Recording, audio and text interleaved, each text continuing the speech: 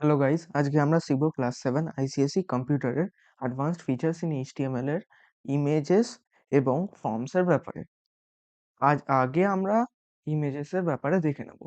আমি অলরেডি এখানে একটা ওয়েব পেজের কোডটা লিখে রেখেছি। প্রথমে আমরা নোটিস করতে পারবো যে এখানে আমি ডট পিএনজি এবং image underscore for underscore HTML নামের কোনো একটা জিনিস লিখেছি। অ্যাকচুয়ালি আমার কাছে একটা ইমেজের ফাইল কম্পিউটারে স্টোর করা ছিল। সেই ফাইলটাতে নাম দেওয়া ছিল হচ্ছে image underscore for underscore HTML এবং ফাইলটার এক্সটেনশন ছিল ডট পিএনজি।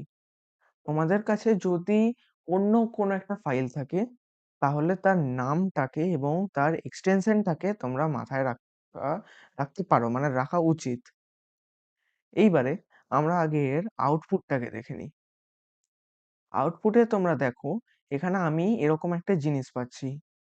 এইটা আমার ইমেজ ছিল এবং আমি এই ইমেজটাকে ইনসার্ট করেছি। তো আমি আরেকটু এবারে একটু ডিটেলসে যাই। দেখো তোমরা এখানে আইএমজি বলে একটা জিনিস দেখতে পাচ্ছ। অ্যাকচুয়ালি ইমেজ ইনসার্ট করার জন্য এইচটিএমএল এ যে ট্যাগটা ইউজ হয় সেইটা হচ্ছে এই জিনিসটা, এই যে আইএমজি, এই ট্যাগটা ইউজ করা হয়।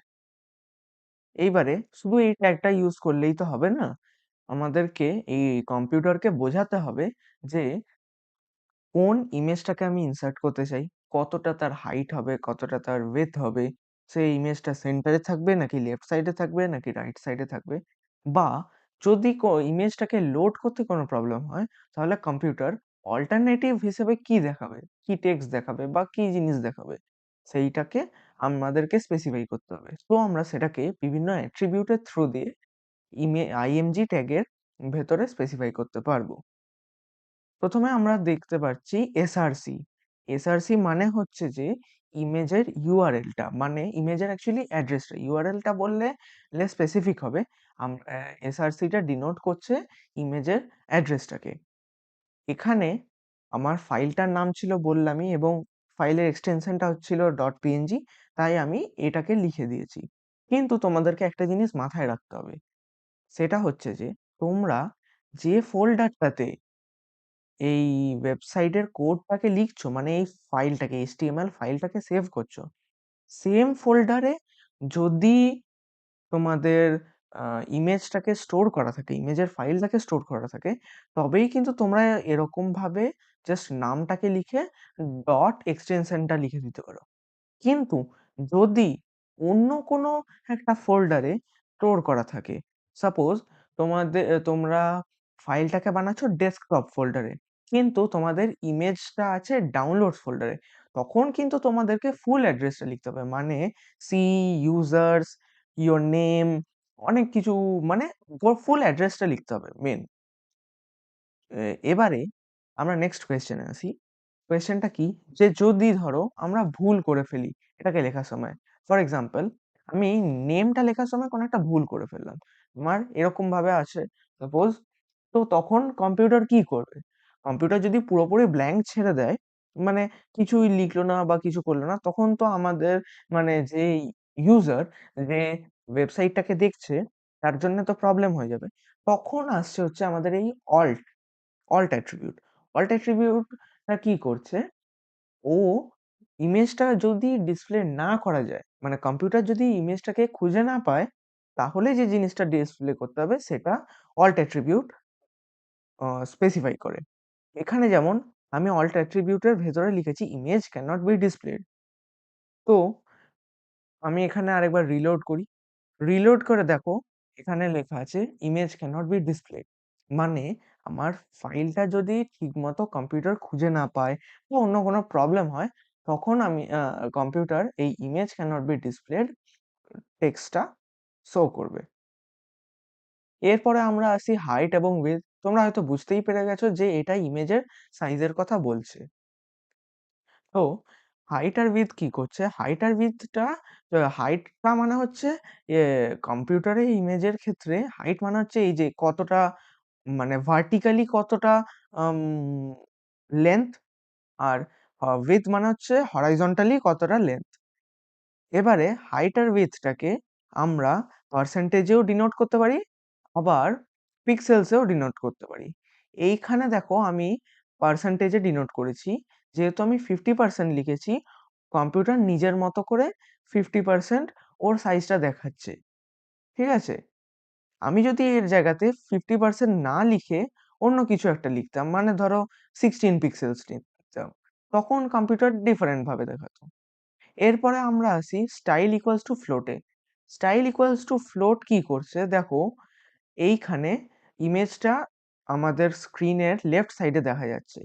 তোমরা চাইতেই পারো যে ইমেজটা যেন স্ক্রিনের রাইট সাইডে দেখা যায়। তখন তোমরা এই স্টাইল ইকুয়ালস টু ফ্লোটে তোমরা এই লেফটটাকে যদি রাইট করে দাও, তাহলে তাহলে আবার ইমেজটা রাইট সাইডে চলে যাবে। আমি এখানে একবার রিলোড করি। হ্যাঁ, এই দেখো ইমেজটা রাইট সাইডে চলে গেছে। এবারে সিলেবাসের মধ্যে ইমেজের এই অবধিই আছে। আশা করছি তোমরা ইমেজের পোর্শনটাকে ভালো করে বুঝতে পেরেছো। এরপরে আমরা চলে আসি ফর্মসে। ফর্মসে আমরা কি করতে পারি, তোমরা হয়তো কখনো কোনো জায়গাতে অ্যাডমিশন নেওয়ার জন্য বা কোনো একটা সার্ভে আনসার করার জন্য কোনো ইন্টারনেটের ফর্মস বা গুগল ফর্মস এই টাইপের জিনিসের সাথে এনকাউন্টার করেছো হয়তো। করারই কথা, এখনকার মডার্ন যুগে তোমাদের এই টাইপের জিনিসের সাথে ইন্টারেকশন করারই কথা। তো তোমাদের মনে কোয়েশ্চেন হতেই পারে যে এই টাইপের ফর্মস গুলো কিভাবে ওয়ার্ক করে। আমি আগেই কিছু কথা বলে রাখতে চাই। যখন আমরা ওয়েব রিলেটেড প্রোগ্রামিং করি তখন, বা ওয়েব ডেভেলপমেন্ট করি, তখন আমাদের দুটো সাইড হয়। সাইড বলতে দুটো এন্ড হয়। ফ্রন্ট এন্ড হয় আর ব্যাক এন্ড হয়। ফ্রন্ট এন্ড কি জিনিস? ফ্রন্ট এন্ড প্রোগ্রামিং ল্যাঙ্গুয়েজ যেমন এইচটিএমএল। এইচটিএমএল কি করছে? এইচটিএমএল স্পেসিফাই করছে যে আমরা সামনে কি দেখতে পাচ্ছি, সেটাকে ডিজাইন করা, সেখানে টাইপ করা, লেখা, এইগুলো হচ্ছে ফ্রন্ট এন্ড। ব্যাক এন্ড হচ্ছে যে ধরো তুমি একটা ফর্ম সাবমিট করতে, সাপোজ ফর্মটা ছিল হচ্ছে কোনো একটা স্কুলে তুমি এনরোল করতে চাও বা কোনো একটা কোচিং ইনস্টিটিউটে তুমি এনরোল করতে চাও, তখন তুমি একটা ফর্ম সাবমিট করলে। এইবারে ফর্মের যে রেজাল্ট গুলো, মানে ফর্মের যেগুলো তুমি রেসপন্স দিলে, সেই রেসপন্স গুলো চলে যায় হচ্ছে ব্যাকএন্ডে। ব্যাকএন্ড মানে তোমার যেখানে গিয়ে ওই ইনফরমেশনটা প্রসেসিং হচ্ছে বা ইনফরমেশনটা যে ওই ফর্মটাকে বানিয়েছে সে তার কাছে তো ইনফরমেশনটা যেতে হবে, তখন সেটা ব্যাকএন্ড প্রোগ্রামিং ল্যাঙ্গুয়েজের মাধ্যমে যায়। ওই জিনিসটা ব্যাকএন্ড হ্যান্ডেল করে। কিন্তু আমরা এইচটিএমএল যেহেতু শিখছি, আমরা ফ্রন্ট এন্ড নিয়ে ইন্টারেস্টেড। এইবারে ফ্রন্ট এন্ডে কি করছি দেখো, আমরা ফ্রন্ট এন্ডে আমি এরকম একটা এইচটিএমএল ওয়েবসাইট বানিয়েছি, ওয়েব পেজ বানিয়েছি। এখানে নেমটা আছে, ডেট আছে, আর এখানে কিছু কিছু কোয়েশ্চেন আছে, এখানে রিসেট বাটন আছে, সাবমিট নাও বাটন আছে। নেমে আমি কি করতে পারি, নেমে আমি আমার যে কোনো নাম লিখতে পারি, নাম লেখার জন্যই, তবে মেন কথা হচ্ছে আমি এখানে টেক্সট টাইপ করতে পারবো। ডেটে আমি ডেট চুজ করতে পারবো। এইখানে আমার লেখা আছে what do you want to buy. এখানে এই যে আমি চেকবক্স সিলেক্ট করতে পারো, ও আবার ওটাকে রিমুভ করতে পারবো। আর এখানে আমি জেন্ডার সিলেক্ট করতে পারবো। আমি আরেকটু এটাকে এডিটিং করে নিই। এইখানে মেল আর ফিমেলের হোয়াটস ইউর জেন্ডারের পরে আমি একটা বিআর ট্যাগ লাগিয়ে দিই। তাহলে জিনিসটাকে দেখতে একটু ইউনিফর্ম লাগবে। এইবারে তোমরা দেখো, প্রথম হচ্ছে টেক্সট। আমরা ফর্মটাকে স্টার্ট করব হচ্ছে ফর্ম ট্যাগটা দিয়ে। আশা করি তোমরা দেখতে পাচ্ছ। দাঁড়াও আমি সাইজটাকে একটু কমাই, তাহলে হয়তো তোমরা ভালো করে দেখতে পাবে। Font size, size 12। হ্যাঁ, এবারে আশা করছি তোমরা দেখতে পাচ্ছ গোটা কোডটাকে। আমরা প্রথমে স্টার্ট করি ফর্ম স্টার্ট আর ফর্ম এন্ড, যেরকম ভাবে আমাদের করা হয়। আইএমজি ট্যাগে যেমন, আইএমজি ট্যাগে অনলি স্টার্ট আছে, কোনো এন্ড নেই। কিন্তু ফর্মে তোমার স্টার্টও আছে, এন্ডও আছে। ফর্মের মধ্যে আমরা প্রথমেই একটা অ্যাট্রিবিউট ইউজ করব, অ্যাকশন। অ্যাকশনটা কি করছে, আমি তোমাদেরকে একটু আগেই ব্যাকএন্ডের কথা বললাম। তো ধরো ফর্মটা আমি সাবমিট করার পরে কোনো একটা ইমেইল অ্যাড্রেসে যাওয়ার কথা ফর্মের রেসপন্স গুলো। তখন এই অ্যাকশন অ্যাট্রিবিউটটা কাজ করবে। বা যদি ওটা কোনো ইমেইল অ্যাড্রেসে না যায়, নাই যেতে পারে, তো তখন ওটা আ ওখানে ডিফারেন্ট জিনিস ইউজ করতে হবে। অ্যা এবারে ডিফারেন্ট বলতে ওটা কোনো একটা পার্টিকুলার ইউআরএল ও হতে পারে। ফর এক্সাম্পল কোনো একটা ওয়েবসাইট একটা ফর্ম বানিয়েছে। তোমরা ফর্মটাকে সাবমিট করার পরে সেই ওয়েবসাইটের কাছে ফর্মের রেসপন্স গুলো যেতেই পারে। আবার কোনো একটা পার্টিকুলার ইমেইল অ্যাড্রেসেও যেতে পারে। এবারে কোথায় যাবে সেটা হয়তো তোমাকে মানে যে ইউজার যে ওয়েবসাইটটাকে দেখছে সে হয়তো জানে না। কিন্তু যে কোডটাকে বানিয়েছে সে জানে। এখানে অ্যাকসেন্টটা ইউজ করে আমাদের বিশাল কিছু লাভ হয়তো হবে না। কারণ কি? আমরা এখানে ব্যাকএন্ড ইউজ করিনি। আমরা যদি এখানে ব্যাকএন্ড ইউজ করতাম তাহলে যেখানে আমি জিনিসটাকে পাঠাতে চাই, এখানে যেমন abc1234@gmail.com এই ইমেইল অ্যাড্রেসে রেসপন্সটা চলে যেত। যদি আমাদের প্রপার ব্যাকএন্ড থাকতো। কিন্তু আমাদের এখানে প্রপার ব্যাকএন্ড নেই। আমি জাস্ট এটাকে তোমাদেরকে শেখানোর জন্য করেছি। ১ম এ আমরা চলে আসি। আমি এখানে নেম লিখেছি। নেম লেখার কারণে তোমরা নরমাল টেক্সটটাকে দেখতে পাচ্ছ। এরপরে দেখো ইনপুট, ইনপুট ট্যাগটাকে ইউজ করে দেখো ফর্মে তো আমরা রেসপন্স দিই। তো ফর্মে ট্যাগটা মেইন ট্যাগ যেমন লিস্টে ইউজ হয় li ট্যাগ, ইমেজে ইউজ হয় ing ট্যাগ সেইরকম ফর্মে ইউজ হয় মেইন টা হচ্ছে ১ম এ ফর্ম তারপরে input. Input type equals to text. Type equals to টেক্সটটা কি বলছে আমার কম্পিউটারকে? আমার কম্পিউটারকে টাইপ ইকুয়ালস টু টেক্সট বলছে যে একটা টেক্সট বক্স বানাও যার মধ্যে টেক্সট ইনপুট করা যাবে। বোঝা গেল? টেক্সট বক্স রিলেটেড আরেকটা কি জিনিস? সাইজ ইকুয়ালস টু 50 আর ম্যাক্স লেংথ ইকুয়ালস টু 30। এখানে এই সাইজ আর ম্যাক্স লেংথ কি করছে? সাইজ বোঝাচ্ছে যে আমার আ এই যে আ এই বক্সটা, এই যে টেক্সট বক্সটা, এই টেক্সট বক্সটা কতটা বড়? কতটা বড় বলতে কিভাবে স্পেসিফাই করা হচ্ছে কতটা বড়? না, আমার এই টেক্সট বক্সটাতে টোটাল কতগুলো লেটার মেক্সিমাম লিখলেও জায়গা ধরবে। বোঝা গেল? মানে আমার যদি 30 টা 50 দেওয়া আছে এখানে যেমন সাইজ ইকুয়ালস টু 50 তার মানে আমার এই বক্সটার মধ্যে 50 টা লেটারের জন্য বা 50 টা ক্যারেক্টারের জন্য ইনাফ স্পেস আছে। কিন্তু স্পেস আছে মানেই এই নয় যে আমি 50 টা ক্যারেক্টার লিখতে পারবো। কটা ক্যারেক্টার লিখতে পারবো সেটা স্পেসিফাই করছে max length. Max length equals to 30 মানে এখানে আমার স্পেস দেওয়া আছে 50 টার জন্য। কিন্তু আমি লিখতে পারবো 30 টাই। যেমন আমি এখানে লিখছি I went to Delhi last year on in the দেখো টি এর পরে আমি যতই টাইপ করছি আমি আমার আর কোনো লেটার শো করছে না। কারণ কি? এখানে ম্যাক্স লেংথ 30 রিচ হয়ে গেছে। এরপরে অনেকটা স্পেস বেঁচে আছে দেখতে পাচ্ছি। কিন্তু যেহেতু ম্যাক্স লেংথটাকে সাইজের কম দেওয়া আছে তাই আর আমি লিখতে পারবো না। এরপরে নেক্সট আমরা এর অ্যাপ্লিকেশন কোথায় দেখতে পাবো? সাপোজ তোমরা হয়তো অনেক জায়গাতেই দেখেছো যে ফর্মে কোনো একটা টেক্সট বক্স দেওয়া আছে। কিন্তু সেখানে একটা স্পেসিফাইড লিমিটের বেশি লেটার লেখা যায় না। ফর এক্সাম্পল ওখানে বলা আছে যে 100 লেটারস এর মধ্যে এখানে তোমরা তোমাদের রেসপন্সটাকে দাও। তো সেইখানে এই ম্যাক্স লেংথ জিনিসটাকে ইউজ করা যাবে। এরপরে আমি তোমাদেরকে একটা জিনিস দেখাতে চাই। আমি এটাকে রিফ্রেশ করলাম। দেখো এখানে অলরেডি লেখা আছে নেম। নেমটাকে আমাদেরকে কিছু লেখার আগে রিমুভ করতে হচ্ছে। কেন? কারণ কি? আমি এখানে একটা জিনিস লিখে রেখেছি ভ্যালু ইকুয়ালস টু নেম নামের। ভ্যালু ইকুয়ালস টু নেম মানেটা কি? টেক্সট বক্সের ক্ষেত্রে। টেক্সটের ক্ষেত্রে ভ্যালু অ্যাট্রিবিউটটা কি কাজ করে? না, যখন আমি কিছু লিখছি না, যখন আমি সবে ওয়েবসাইটটা খুলেছি, আমার কিছু লেখা হয়নি, তখন ডিফল্ট ভ্যালু লেখা থাকবে নেম বা আমি যদি এখানে লিখি ডিফল্ট ভ্যালু, ভ্যালুর পরে লিখে দিই সাপোজ আম আ ফুড। আমি যদি এখানে এরকম লিখি, তখন আমার এইখানে লেখাটা এরকম দেখাবে। মানে এখানে সিম্পলি ডিফল্ট ভ্যালুটা শো করবে। আর এখানে name equals to my name, এখানে এই যে এই জিনিসটা লিখেছি, এখানে নেম ইকুয়ালস টু মাই নেমের কোনো জিনিস হয়তো তোমরা দেখতে পাচ্ছ না।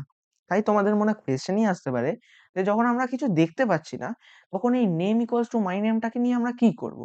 না, নেম ইকুয়ালস টু মাই নেমটা কি করছে, যখন আমরা ফর্মটাকে সাবমিট করছি, কম্পিউটার যখন ব্যাক এন্ডে ইনফরমেশন পাঠাচ্ছে, রিটার্ন করছে, তখন কম্পিউটারকে তো কোনো একটা নাম দিয়ে পাঠাতে হচ্ছে। ফর এক্সাম্পল, তোমরা একটা বক্সে কিছু জিনিসপত্র রেখেছো। এবারে তোমাদের কাছে অনেক কটা বক্স আছে। তোমরা বক্সটাকে কোথাও পাঠাচ্ছ। তো বক্সটার মধ্যে তুমি যদি লেবেলিং করে রাখো যে এটা হচ্ছে box number 1, box number 2, box number 3, তাহলে তোমাদের বুঝতে সুবিধা হবে এবং যাকে তুমি পাঠাচ্ছ তারও বুঝতে সুবিধা হবে। সেই রকমই কম্পিউটার এই নেম অ্যাট্রিবিউটের মাধ্যমে এখানে অ্যাম ওই নেমটাকে স্পেসিফাই করে। এরপরে আমরা দেখে নিচ্ছি ডেট। ডেটটাই একটু ডিফারেন্ট। নেমে আমরা কি দেখেছিলাম? নেমে আমরা টাইপ ইকুয়ালস টু টেক্সট, এখানে input type equals to date, আর এখানে name equals to this date. এখানে যেমন নেমে ইকুয়ালস টু মাই নেম লিখেছি, এখানেও আমি যা খুশি টেক্সট লিখতে পারি। ডেটের ক্ষেত্রেও আমি সেই সেম টেক্সট লিখতে পারি।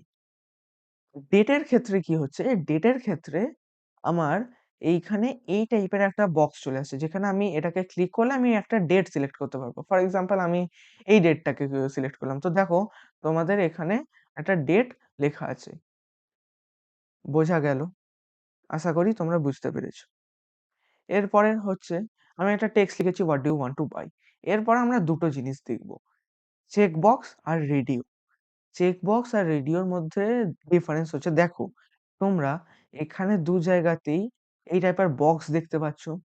তো তোমাদের মনে কোয়েশ্চেন আসতেই পারে যে চেকবক্স আর রেডিওর ডিফারেন্স কি? অ্যাকচুয়ালি চেকবক্স আর রেডিও ডিফারেন্স হচ্ছে, সাপোজ তোমাদেরকে এইরকম একটা জিনিস জিজ্ঞেস করা হয়েছে যে what do you want to buy. এখানে তোমরা পেন বাই করতে পারো, পেন্সিল বাই করতে পারো, আবার দুটোকেই বাই করতে পারো। তো এরকম সময়তে তোমাদের পেন আর পেন্সিল দুটোকেই চেক করতে পারবে, আবার যেকোনো একটাকেও মানে সিলেক্ট করতে পারবে। এই টাইমে চেক বক্স ইউজ করা হয়। আর রেডিওতে কি কখন ইউজ করা হয়?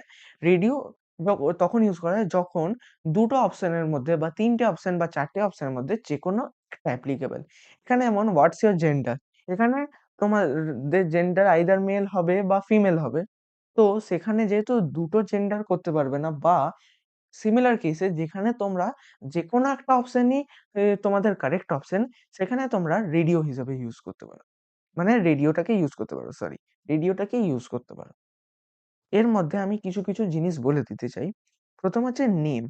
নেম চেক বক্সের ক্ষেত্রে তোমরা যা খুশি দিতে পারো। কারণ কি, চেক বক্সের আ যতগুলোই ইচ্ছা আ তোমার ভ্যালু সরি অপশন সিলেক্ট করা যাবে। কিন্তু রেডিওর ক্ষেত্রে তুমি যদি দুটোর নেম সেম না করো, তাহলে কিন্তু রেডিওটা ঠিকমতো কাজ করবে না। এক্সাম্পল, আমি এখানে জেন্ডার দিয়েছি, আর এখানে যদি আমি জেন্ডার না দিয়ে সাপোজ ফিমেল লিখে দিলাম, দিয়ে সেভ করে দিলাম। এখানে গিয়ে আমি যদি রিফ্রেশ করি, তাহলে দেখো এখানে আমি মেল, ফিমেল দুটোকেই সিলেক্ট করতে পারলাম। কিন্তু আমি তো সেটা চাই না। আমি তো চাই রেডিও করতে। মানে যেকোনো একটাকে সিলেক্ট করতে। তো তখন আমাদেরকে কি করতে হবে? তখন আমাদেরকে দুটোর নেম সেম দিতে হবে। নেমটা যখনই আমরা সেম দেব, তখন কম্পিউটার বুঝতে পারবে যে আমাদের মানে এই দুটো সেম ক্যাটেগরিতে পড়ছে। যদি তোমরা সেম নেম না দাও, তাহলে কম্পিউটার বুঝতে পারবে না যে দুটো সেম ক্যাটেগরিতে পড়ছে। তাই ও ওটাকে ডিফারেন্ট ক্যাটেগরি হিসেবে আ মানে ভাববে, এবং তোমাদের এই রেডিওর ডিজায়ার্ড ইফেক্ট গুলো তোমরা পাবে না। এরপরে আমরা চলে আসছি ভ্যালুতে। টেক্সটে যে ভ্যালুর মিনিং আর চেকবক্স বা রেডিওর ভ্যালুর মিনিং ডিফারেন্ট। টেক্সটের ভ্যালুটা ডিনোট করে ডিফল্ট ভ্যালুটাকে, কিন্তু রেডিও বা চেকবক্স দুটোতেই একই জিনিস ডিনোট করে। কি? যদি তোমরা এই চেক বক্সটাকে ক্লিক করো। আচ্ছা দাঁড়াও, আমি আগে এটাকে প্রপার করে দিই, রেন্ডার করে দিই এটাকে। সেভ। এরপরে আমরা এটাকে রিফ্রেশ করলাম। ধরো তোমরা এখানে মেল ক্লিক করেছো এবং এইখানে পেন ক্লিক করেছো। তো তাহলে তোমাদের এবারে মনে হতেই পারে যে য যেমন আমরা একটা বক্সকে সেন্ড করার সময় আমরা লেবেলিং করি, সেইরকম এখানে কি হচ্ছে? না, যখন এখানে আমরা কোনো একটা চেক বক্স বা রেডিওতে ক্লিক করছি কোনো একটা অপশনে, তখন সাবমিট হওয়ার পরে কম্পিউটার ব্যাকএন্ডে পাঠাচ্ছে যে নেম ইকুয়ালস টু পেন, মানে একটা বক্স যাচ্ছে যার লেবেলিং করা আছে পেন, তার মধ্যে ভ্যালু কি দেওয়া আছে? ভ্যালুটা দেওয়া আছে হচ্ছে পেন, বা এখানেও আমি কোনো একটা দিচ্ছি, মানে বেসিক্যালি নেমটা হচ্ছে বাইরের লেভেল আর ভ্যালুটা ডিনোট করছে যে ভেতরের কি জিনিস যাচ্ছে। বোঝা গেল? আশা করি তোমরা বুঝতে পেরেছো।